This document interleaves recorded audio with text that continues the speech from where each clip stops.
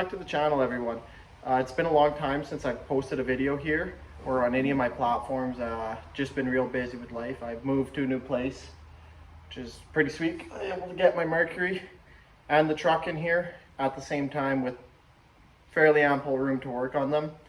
Not much has been done to the Mercury. I'm in the process of working on the next video for it, which is basically rocker panel and finishing up the quarter panel on the passenger side of it.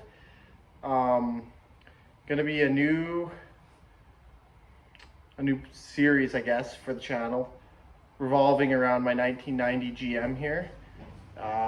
Engine's gonna be coming out, dropping the compression on it, and what you can't see on the camera right now is there's a couple speed parts sitting on my bench that are going to be going on this, which that is kind of what this video is about. It's unboxing and an introduction to the new project.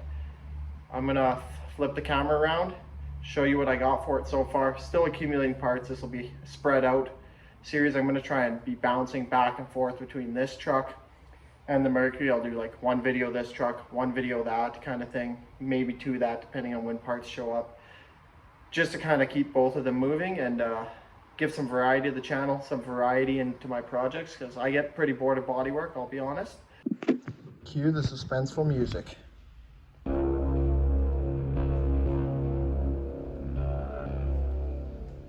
So these are the fancy speed parts I picked out for this truck. They are twin GT 3582 max speeding rods turbos. For those of you who haven't heard of them, they are basically as budget as it gets for turbos. Each one of these was on their own $220, so for the set it was $440 plus taxes. From what I've read online, for the most part they're pretty good. There was a couple of bad reviews, but I mean, you're gonna get the odd turbo that's gonna slip through quality control, and you get that with any manufacturer. So I mean, it is what it is. I took it with a grain of salt.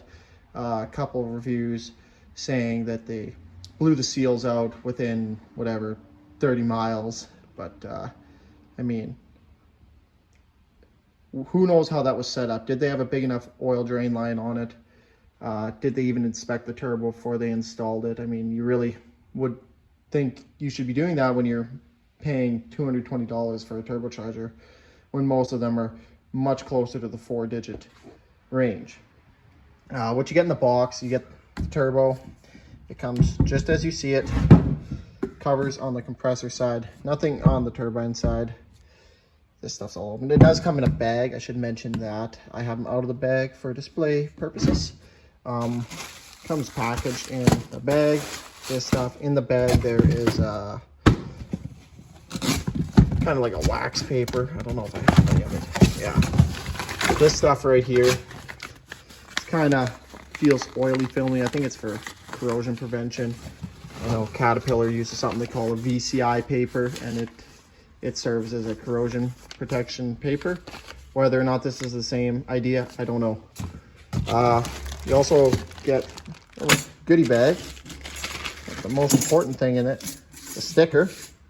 So that's gonna add at least 300 horsepower. I mean, look at it. A couple of gaskets. They seem all right. I don't know if I'm gonna use these gaskets or not.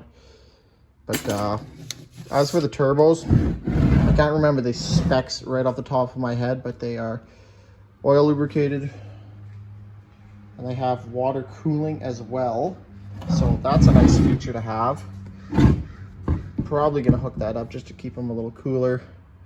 It looks like it's a pretty well built turbo, especially for the price. So I really am excited for this build. Hopefully you guys are too. I've also picked up a set of stainless header for the turbos off of Amazon. They were also right in the $200 range. Super budget. I mean, it's a header, right? I mean, as long as this is flat and the welds don't leak, what more can you ask for, really? Like, I don't see the point in paying a bunch of money for brand name headers.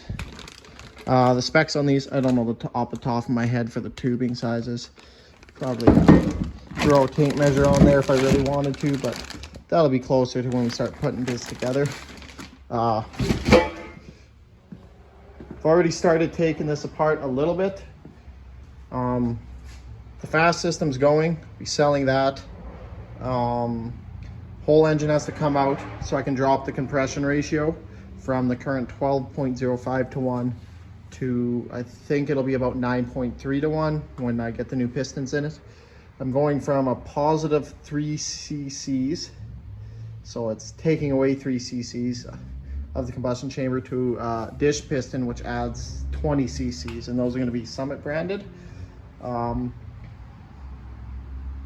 As of right now, it looks like I'm going to be going with a lot of Summit branded parts, just due to the cost. They are much cheaper, and from anything I've read, they have good reviews, so I'm excited to try them out.